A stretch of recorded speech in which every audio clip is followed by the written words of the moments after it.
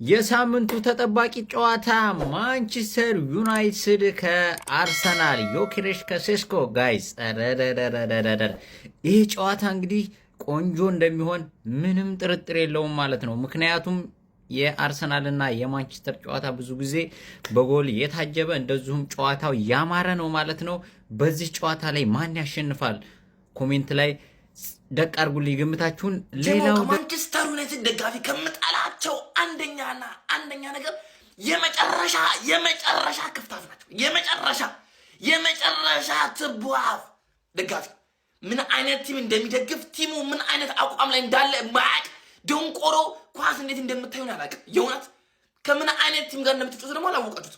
ምን ትልቅ ቲም እንደሚደግፍ ገንድሶ እንደሚጠል በቃ ቻምፒየንስ ሊግ የሚለው ገንድሶ አለ በቃ ፕሪሚየር ሊግ ላይ በቃ አስጨናቂ ቲም እንደሚደግፍ ቲም አፋችሁ አካፋታችሁ ይገብረኛል በጣም የእውነት ምንም እንደማታመጣው ተቋልክ ምንም 9 ዓመት ሞልቷል። ኤሚሬትስ ላይ ሄደህ ካሸነፍክ 9 ዓመት እናንተ ምን አባውነ ነው በዚህ አቋም በዚህኛው እየተልከሰከሰ አቋም አርሰናል እንደምታሸንፈው በአርሰናል ጸሎት የመጀመሪያውን ከፈርጉሰን በኋላ የሚገርም አቋም ከሲቲ ጋር አሳየክ።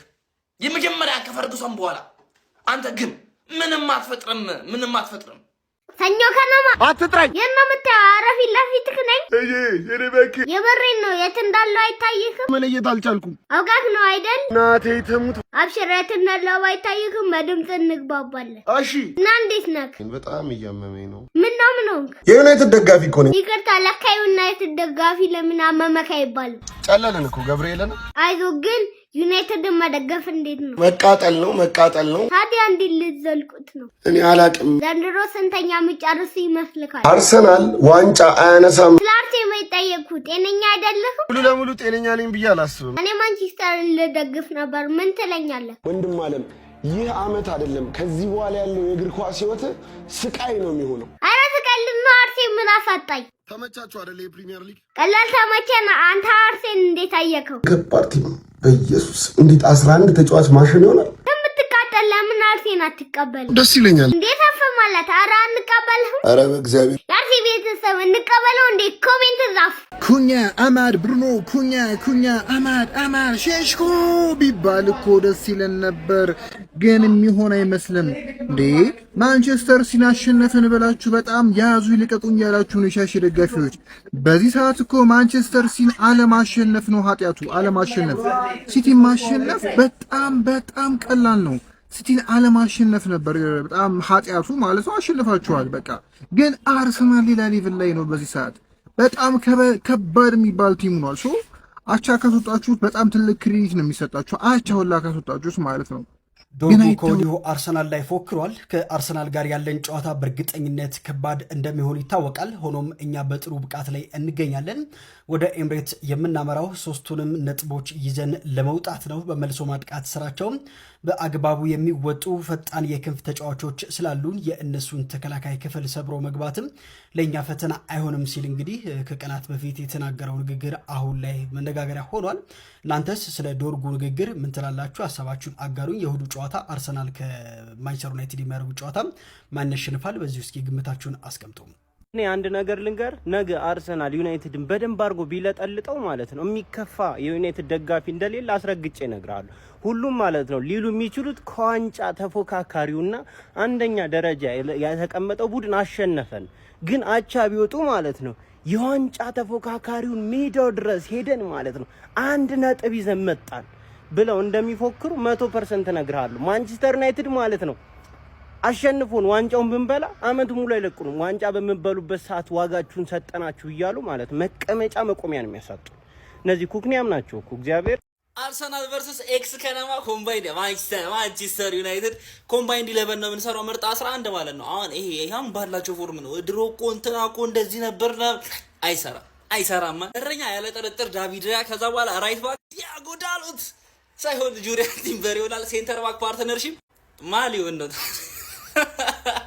ጋብሪኤል ማጋሌስ፣ ዊሊያም ሳሊባ፣ ሌፍት ባክ ዶርጉር ገባ ነበር። ከዛ በኋላ ግን ካላፊዮሪ ከጉዳት አልተመለሰም መሰለኝ። ያው ካላፊዮሪ ሂንካፔ ራሱ ተመልሷል። ሁለት የሚገቡ ነበር ቀድሞት። ብቻዋ ደማል እንመጣለን ማፊ ካስሚሮ ወይ ዙቢሜንዲ ነው በቃ እኔ እንደውም ያሳሰበኝ የነበረው። ግን ያው ዙቢ ነች። ዙቢ 60 ደቂቃ አይደለም 90 ደቂቃ እኔ ካስሚሮን ማለት ዙቢ ትሆናለች 6 ቁጥር ላይ ከዛ 8 ቁጥር ላይ ኡጋርቴ ሳይሆን ያው ዴክላን ራይስ 8ቷን ይዛለች 10 ቁጥር ላይ ማለት ነው ሱፐር ማርቲን ብሩኖ ፈርናንዴዝ 10 ቁጥር ቦታውን ብሩኖ ሚጌል ፈርናንዴዝ ይዛል ከማግኒፊኮ እዛ በኋላ ሌፍት ዊንግ ላይ ሊያንድሮ ትሮሳርድ ቦታውን በስራ ዘንጧል። እዚህ ጋር ማቲያስ ኩኛ ማለት እንዳትለኝ ኳሱን ይዞ ቤቱ ለምን ይወስደው ያለ የሆነ ማይስተር ቲክቶከር እንጂ ደክሜ ማለት ትሮሳርድ እዚህ ጋር ማለት ከዛ ራይት ዊንግ ላይ አሰብኩኝ ምቡሞላ አማድ አለ ሰው እንዴት ነው የምናደርገው ነው የሚለው ነገር ሳስብ ሳካ ራይት ዊንግ ላይ ትሆንና ሴሲቾም ጊዮኬሬስም አይገቡም። የፊት ለፊት 9 ቁጥራችን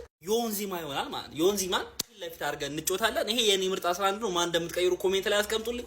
ፎሎ ኮፒ ሊንክ ሼር እያደረጋችሁ ይመቻችሁ። ስለ ዘንድሮ ፐርፎርማንስ እያወራን እንዴት ነው ሳካ ከአማድ የተሻለ ተጫዋች የሚሆነው? ስለ ዘንድሮ ነው እያወራን ያለ ነው። ቤስት ኮምባይን 11 እየሰራችሁ በዘንድሮ ፐርፎርማንስ በብሔራዊ ቡድን በክለብ በል አማድ ከሳካ የተሻለ ተጫዋች አይደለ? እንደው ግግም ካላችሁ ግን ኳስ እንዴት ነው ትሮሳርድ ማቲያስ ኩኛን ሊያስቀምጠው የሚችለው? እኔ እናንተ የምታዩት ኳስ ሌላ ነው ወይ?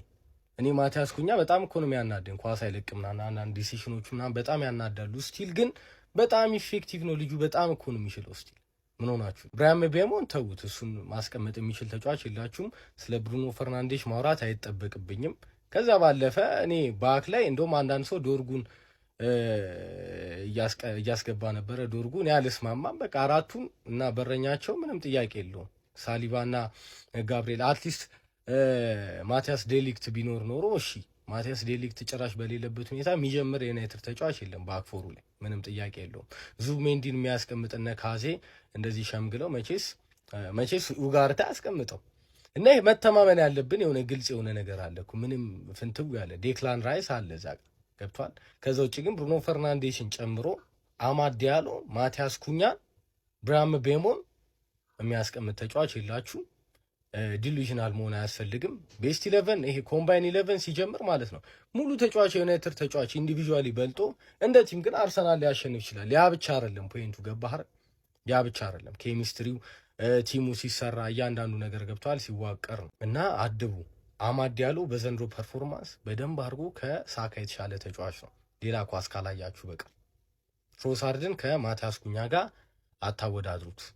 እሁድ ምሽት በኤሚሬትስ ስቴዲየም አርሰናል ከማንቸስተር ዩናይትድ ጋር የሚያገናኘው ተጠባቂ ጨዋታ በማን አሸናፊነት ይጠናቀቅ ይሆን?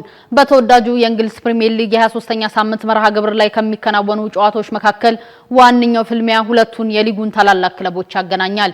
በተለይ በሀገር ቤት እልፍ ደጋፊዎችን ማስከተል የቻሉት አርሰናልና ማንቸስተር ዩናይትድ እሁድ ምሽት የሚያደርጉት የሜዳ ላይ ትንቅንቅ በእግር ኳሱ አፍቃሪያኑ ዘንድ አብዝቶ እየተናፈቀ ይገኛል። የሊጉ መሪ የሆኑት መድፈኞቹ መሪነታቸውን አጠናክሮ ለማስቀጠል እንዲሁም ማንቸስተር ዩናይትዶች ከሆነላቸው የሻምፒዮንነቱን ፍክክር መቀላቀል ካልሆነም በቀጣይ የውድድር ዓመት የአውሮፓ የተሳትፎ ስፍራን ይዞ ለማጠናቀቅ የሚያደርጉት ጉዞ ለማሳመር ከባድ ፍልሚያ ያደርጋሉ ተብሎ ይጠበቃል። ክቡራትና ክቡራን ውድ ተመልካቾቻችን ይህ ተጠባቂ ጨዋታ በማን አሸናፊነት የሚጠናቀቅ ይመስላችኋል? እስኪ ቅድመ ግምታችሁን አድርሱን። እነዚህና ሌሎች ስፖርታዊ መረጃዎችን ለማግኘት የፕላስ ምልክቱን ይጫኑ። እሁድ ምሽት 1 ሰዓት ከ30 ዓለም በዝምታ ስትዋጥ የከተማዋ መብራቶች በፈገግታ ሲያበሩ አንዳንዶች ከፍቅረኛቸው ጋር የፍቅር ቃላትን ይለዋወጡ ይሆናል። ሌሎች ደግሞ ከቤተሰባቸው ጋር በሞቃት ቤት ውስጥ የቡና ሰዓታቸውን ያጣጥማሉ። ለነሱ ምሽቱ የሰላም ነው። ለኛ ግን ለእግር ኳስ አፍቃሪያን ይህ ሰዓት የጦርነት አዋጅ የሚታወጅበት የልብ ትርታ የሚጨምርበትና መተንፈስ የሚረሳበት የታሪክ ምዕራፍ ነው። የክብር ፍልሚያ መድፈኞቹ ከቀያይ ሰይጣኖቹ ሜዳው አረንጓዴ ምንጣፍ ሳይሆን የክብር መድረክ ነው። ኳሷ ደግሞ ተራሉል ሳትሆን የሚሊዮኖች ህልም የተሸከመች የነፍስ ጥሪ ናት። በአንድ በኩል በሰሜን ለንደን ሰማይ ስር የሚነደው አርሰናል፣ በሌላ በኩል ደግሞ ከታሪክ ማማ ላይ የሚገሰግሰው ማንቸስተር ዩናይትድ። አርሰናል ማለት የእግር ኳስ ግጥም ነው። መድፈኞቹ ሜዳ ውስጥ ሲገቡ ኳሷን እንደ ሙዚቃ ኖታ እያቀባበሉ የጥበብ ድግስ ይደግሳሉ። ያ የለንደን ቀይ ማሊያ ትከሻ ላይ ሲያርፍ ተጫዋቾቹ ተራ ሰዎች መሆናቸው ያበቃና የክብር ዘበኞች ይሆናሉ። ኳስን እንደ ፈሳሽ እያቀላጠፉ ተጋጣሚን በጥበብ መረብ ውስጥ እያሰገዱ እግር ኳስ ጥበብ ነው ብለው ለዓለም ይመሰክራሉ። ለነሱ ድል ብቻ ሳይሆን አሸናፊነታቸውም ውበት እንዲኖር ይፈልጋሉ። ዩናይትድ ደጋፊዎች ተረጋጉ። እሁድ የምትገጥሙት ቡድን እኮ በዚህ ሰዓት አውሮፓ ላይ ጠንካራ የሆነውን አርሰናልን ነው ቆይ በዚህ ደረጃ አንፋታቸውም እያላችሁ እምትፎክሩት ማንን ተማምናችሁ ነው ብለን ስንጠይቃቸው እያሉን ነው። ተጫዋቻቸው ፓትሪክ ዶርጉም ባለፈው ዩናይትድ በፕሪሚየር ሊጉ ሲቲን ካሸነፈ በኋላ በቀጣይ አርሰናልን ሜዳው ድረስ ሄደን በማሸነፍ 3 ነጥብ እንወስዳለን ማለቱ አይዘነጋም። እንግዲህ በዚህ ተጠባቂ ጨዋታ ላይ ማን ድንቅ ብቃቱን ያሳየናል? ሊሳንድሮ ማርቲኔዝ ወይስ ቢግ ጋቢ? ቡካዮ ሳካ ወይስ ምቦይሞ? ብሩኖ ፈርናንዴስ ወይስ ማርቲን ኦዴጋርድ? የዚህን ጥያቄ ምላሽ እሁድ ከምሽቱ 1 ሰዓት ተኩል የምናየው ይሆናል። እስቲ የእግር ኳስ ቤተሰቦች በዚህ ጨዋታ ላይ ይሆናል አይቀርም የምትሉትን ነገር ኮመንት ላይ ጻፉልኝ። ምርጥ ጨዋታ እናያለን ብዬ አስባለሁ። ይመቻችሁ።